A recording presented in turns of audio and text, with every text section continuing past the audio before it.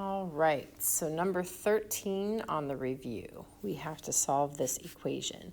The key to this is recognizing that we're subtracting logarithms with the same base.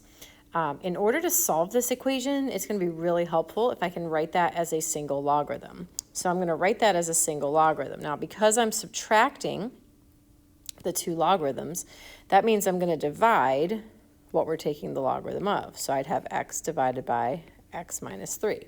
So I'm just using my logarithm properties and combining those two logarithms into a single logarithm. Now at this point, I notice that I have a single logarithm equal to a single logarithm.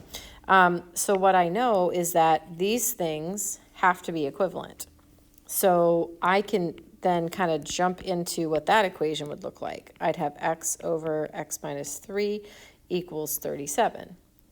Lots of ways that you can solve this. Maybe you decide, hey, I'm going to multiply both sides by x minus 3 because that will give me a giant 1 here, just leaving me with x equals 37 times x minus 3. And then you can solve that. 37 times 3, I should do that in my head, but I'm going to use the calculator just to make sure I don't make a mistake. So minus 111.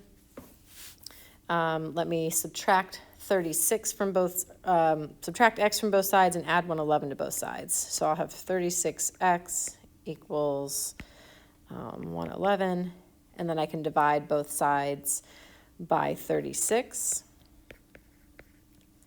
And I get 111 over 36 equals x. Now, I always think it's a good idea to check this on your calculator to see if it maybe can't be reduced, and it can. Both of those are divisible by 3, so when you reduce it, you get 37 over 12 equals x.